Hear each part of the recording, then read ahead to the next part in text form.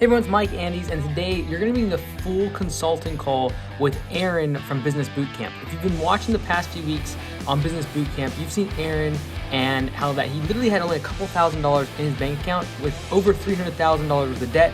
Over the course of the past month on the bootcamp, he's tried to get even more debt by getting more trucks and more equipment. And so this last call is very imperative to just make sure that going forward, he has a clear path and plan as to when he can buy more equipment and expand and grow versus when he needs to save money. I think it's a really good episode if you're trying to decide whether you should keep growing, expanding, taking on more equipment and more debt, or if you should focus on profitability and stacking cash.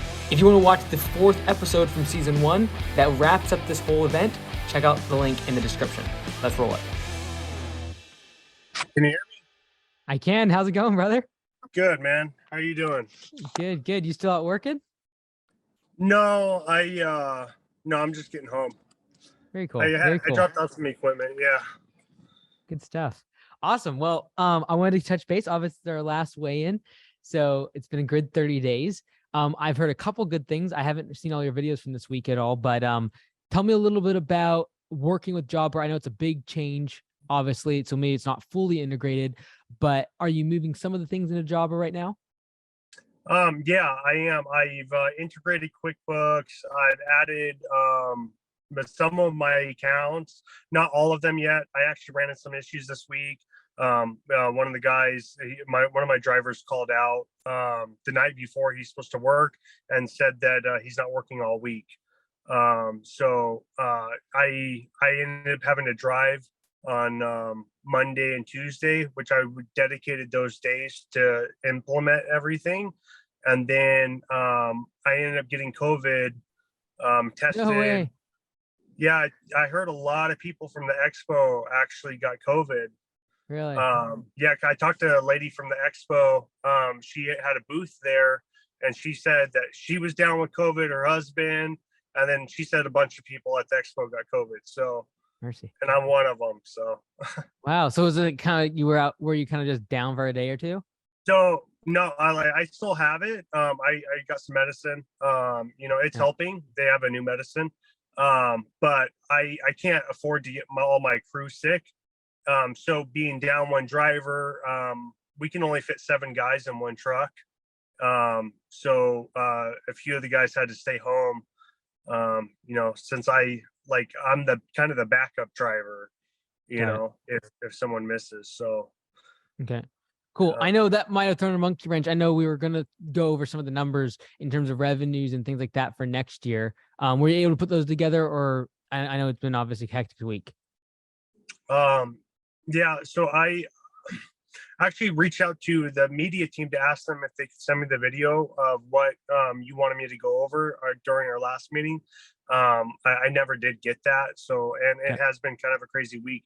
So what were the numbers that you wanted to go over for next year? I might know it off the top of my head.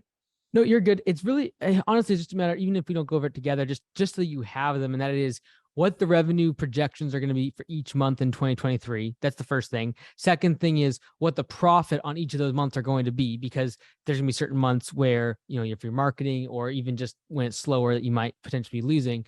And then obviously good months, you're making more. And then the third thing is based upon those, how much cash is going to be in the bank throughout. Because what I really want you to think about going forward is obviously the decision, hey, we're going to grow this thing. We're going to utilize this equipment that we've purchased to basically outgrow the debt, right? And I think the big thing that I'd be trying to push you towards is keeping track of cash on hand and then using that as a ratio against your debt. And then that would be kind of the confines to stay disciplined with the debt, because debt is just like a treadmill. You can just keep going and going and going, right? And especially if it's backed up with an asset like a truck, right? And so what I would recommend is to kind of discipline yourself and just have a number that's like, hey, I'm not going to go over this certain debt to cash ratio. So like I would recommend like a 5-to-1 debt to cash in the bank ratio at a max, right? Like that's a pretty high number, but that would assume, let's say we have $300,000 in debt.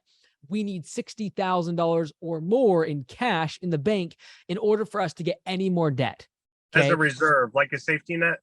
Exactly. That's my biggest concern for you right now, right? Because I'm very confident in your ability to grow. You have all the assets you need. You have the ability to sell. You have the personality to do it. I think you're going to do fantastic in the growth side. My bigger concern is the acute cash crunch and just making sure that never happens again. Right. And so to discipline yourself, I'd be like, hey, look, if you want to buy more trucks, if you want to buy more equipment, great, but let's keep it in check using this math. And that is, okay, as soon as I get above $60,000 in the bank, like cash in the bank, then I have permission to go give myself a little more debt because we're at that $300,000 level now. I need that 60,000 in order for that 5-to-1 ratio to work out. And then it's just a matter of like, well, if I can pay down some debt, and then I can make the equation work more with less cash in the bank, right? But it'd be a way to discipline yourself before you go out and get more debt. Because the last thing I want you to do is go get a 400,000 or 500,000, and we're still at that, $5, $10, $15,000 in the bank, and just this constant, stress of having to, service that debt. Yeah, I hear you. Yeah, I definitely need to have the discipline on that. I know you didn't watch the video today, but today I even made a video talking about buying a little mini excavator. So, you might get a kick out of it, but I think you're right. I definitely need to have a stockpile saved up, I'm going to end up getting a job where we're going to be planting 44 trees, 24-inch box trees. So I was contemplating whether or not I should buy this mini excavator or rent it, but. Yeah, like ultimately the big thing that you don't want to do is buy equipment that's only being utilized even 100 or 100 hours a year, right? Like if you're not using that piece of equipment every single day, I literally don't want you to buy it. Especially at this stage where the debt is at. Like it needs to be, because like, for example, you could go get more jobs with an excavator, yes, or we could just spend money behind marketing and take the current, tree. We have a boom, we have a massive tree chipper, we have all the equipment to do tree work. Why not go spend $2,000 on marketing that generates then $30,000 worth of tree work, and then takes the current assets that we have and makes them more profitable and efficient? Like return on equity is a very big number I would be looking at if I was you. And that is, how often am I using my assets? The equity that I've put into the business, how profitable is it for me? And these assets have to be utilized more. And if they're only being utilized 1 day a week or even 2 days a week, like I wouldn't even be like, personally, I wouldn't even do that service anymore. I only want to take a current asset and I just beat the thing into the ground by using it, because that's when it's its most profitable. Right. Yeah. And so I know it's alluring because you can always add more services and add geographical expansion in order to grow. And in order to facilitate both of those things, you need more trucks and equipment, both to grow wider and add more services. I'd be really encouraging, like, let's either cut services out or just take the services that we have and just sell more of those and not get allured by like, oh, okay, if I have one planting job with boxwoods, I've got to go buy a $50,000, $60,000 piece of equipment. Like, we can't do that anymore. Yeah. The debt will eventually catch up. Yeah. I'm going to hold off on it until I get some money in the bank. And if you have to rent, and it's it's like $400 or $500 a day, just bid those jobs that are one-off as if you need to rent that piece of equipment. So that if you do get the job, it's still profitable. Right. Yeah. And then if you don't get the job, you're like, whatever. I wasn't meant to be. I don't have that piece of equipment. But then in your bidding process, just charge the extra $500-$600 per day. But if I'm only using it a few times a month, it's like everyone always compensates that and says it in their mind, like, oh, well, if I use it 3 times a month and it's $1,500 a month and it's $500 per day to rent, therefore it's like equal. I try to do that even with like the boom lift that I have. It's actually a used boom lift from Sunbelt Rentals. And I tell customers, well, I got to rent the boom lift, and it's this much money. They don't actually know it's my boom lift. But on the flip side of that is I lose out on branding, because if I did put all my logos, my company name on it, then I think it may be better for branding purposes. So that's something that I've weighed. I wasn't really sure, where I should go, if I should. I wouldn't worry about that, because once someone's accepted a job, they've committed, they want a result. Right? They haven't seen your boom lift. They've already committed. They've paid for the job. They now just want a result. How that job gets done, whether it be with a Sunbelt or whatever type of boom lift, they could care less. A Genie, they're just like, whatever, get the job done. I've paid you to get the job done. Now, if you're talking about trucks, that's where I see a little bit of value of branding, because they're going to see that truck prior to the sale. But once the sale's been consummated and they're like, yes, let's go for it. They put 50% down. Like, they just want the job done. right? I Yeah. wouldn't worry about, oh, I need to brand it myself. And you know, the thing is, even if you break even based upon a rental versus buying, and buying having like a payment on it, even if you do that, you got to remember the ratios and the numbers of your business matter. And having a high debt to income ratio makes the business like worthless. And so the goal is to be profitable, but also have the numbers of the business, like the balance sheet, in check.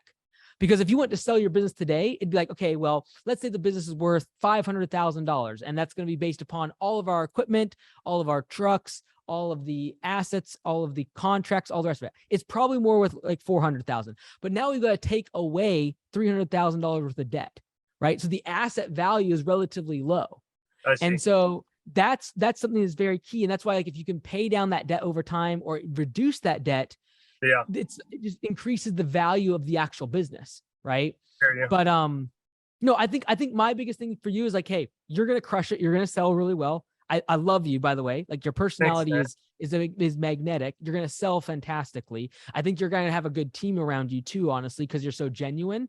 And the thing is the debt thing is going to be your art, like the thing you're gonna have to keep, just like, it's gonna be the thing you have to just keep pushing away from you. It really is. And I think if you just have the boundaries of, hey, I have a debt to income ratio of 5 to 1. I need, for every dollar in the bank, I'm allowed to have $5 of debt. That's still too much for what I would recommend. I have less than a 1 to 1. And that's usually what I use in my businesses. I don't want, like, the reason I do that is because I want to be able to know, in worst case scenario, I can take all my cash, pay off all my debt, and I'm clear. Because as soon as that ratio is above 1, it ultimately means that you are handicapped and like locked and tied to your business. And that's something that's very scary. As soon as your debt is more than like cash in the bank. When should I implement that? Should I do it today? 5 to 1. I would be doing that right away. It's just a benchmark. Small scale. Like I think if I was you, I'd say, okay, in 2023, I'm going to be 5 to 1. 2024, I'm going to shoot for 4 to 1. In 2025, I'm going to shoot for 3 to 1. The closer that ratio gets, and eventually you get debt free in, say, 5 or 10 years, that's when the stress level just drops massively in the business. Because right now you are chained to, I must produce X amount of revenue just to break even. And that number is well over $50,000 to $60,000 a month right now, just to pay off the debt service. So you're chained to this business of constantly selling, constantly getting more jobs. When that debt is paid off, and now there's either no debt, or at least you have $1 in the bank for every dollar of debt, you have liberty. Like, it's freedom. That's what comes with business ownership if there's not debt. And that's what I want you to see. And so I just use that framework. If I was you, like 2023, I'm going to be 5 to 1. And I'm not going to get a single dollar of debt until I have $60,000 in the bank, because then I'm 5 to 1. And then I'm just going to keep every year go 4 to 1, 3 to 1, 2 to 1. And honestly, you won't have to pay it down very much, because the payments will kind of just bring that number down, as long as you don't go into more debt. Yeah, I hear you. Okay. So I don't feel like extremely stressed, so it might just be my personality, but I don't feel extremely stressed over this, Here's why I think this is, Aaron, is because you've dealt, like, when you were doing drugs and everything, it was so risky, like physically to you, like the place that you had to come out of, and like the withdrawals and all the rest of it.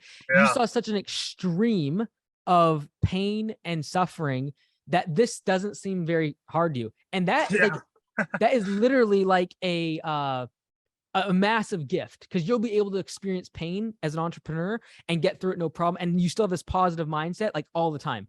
And it's because you've seen such a low, this doesn't seem so bad, right? Yeah. What I want you to get into is a mentality of, now the business is good to the point where now you become free to actually do things outside the business, because right now you're working crazy hours and you have to, just for the business to sustain itself. Yeah, I definitely do feel like I do lack discipline in saving money, that I need to work on, just become mentally stronger at being able to have that discipline to set the money back, not reinvest it. So, like, the high that you have of getting new equipment needs to be replaced by the high of having just stacking cash. Like, just stacking that bad boy up. The pride in personally, because I actually don't think you are extrinsically motivated. And the reason I say that is because you were able to pull yourself out of drugs by yourself. So what that tells me is you have a ton of intrinsic motivation and self-discipline and you don't care a whole lot about what other people think about you. So I actually have, that's why I don't worry about your pride and stuff. I actually don't think that's a big issue. Most people that buy a bunch of equipment, that's what I'm attacking.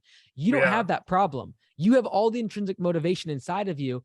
I'm now pushing you to the fact that you've gone from gutter and you've improved, but there's a whole nother world of what you can achieve when you get to the place where the business isn't controlling you financially.